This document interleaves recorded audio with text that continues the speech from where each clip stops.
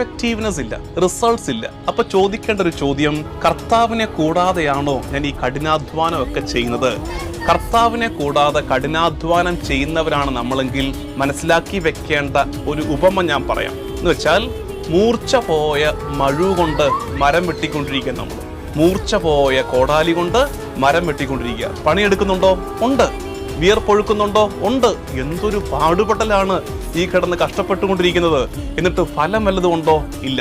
ജീവിതത്തിന്റെ പല മേഖലകളിൽ, കുടുംബവുമായിട്ട് ബന്ധപ്പെട്ട്, തൊഴിലുമായിട്ട് ബന്ധപ്പെട്ട്, കരിയർ ഗ്രോത്തുമായിട്ടൊക്കെ ബന്ധപ്പെട്ട് ഒത്തിരി എഫേർട്സ് എടുക്കുന്നുണ്ടായിരിക്കും. പക്ഷെ റിസൾട്ട് കാണുന്നില്ലെങ്കിൽ ചോദിക്കേണ്ട ചോദ്യം, എൻ്റെ മഴുവിൻ്റെ മൂർച്ച നഷ്ടപ്പെട്ടോ? എൻ്റെ കൂടെ കർത്താവിൻ്റെ സാന്നിധ്യം ഇല്ലാതെ ഇരിക്കുകയാണോ? മൂർച്ച കൂട്ടാം. കർത്താവിൻ്റെ സാന്നിധ്യം വരുമ്പോൾ, ജീവിതത്തിൽ കർത്താവിൻ്റെ സാന്നിധ്യം വരുമ്പോൾ കാര്യങ്ങൾക്ക് മാറ്റമുണ്ടാകും.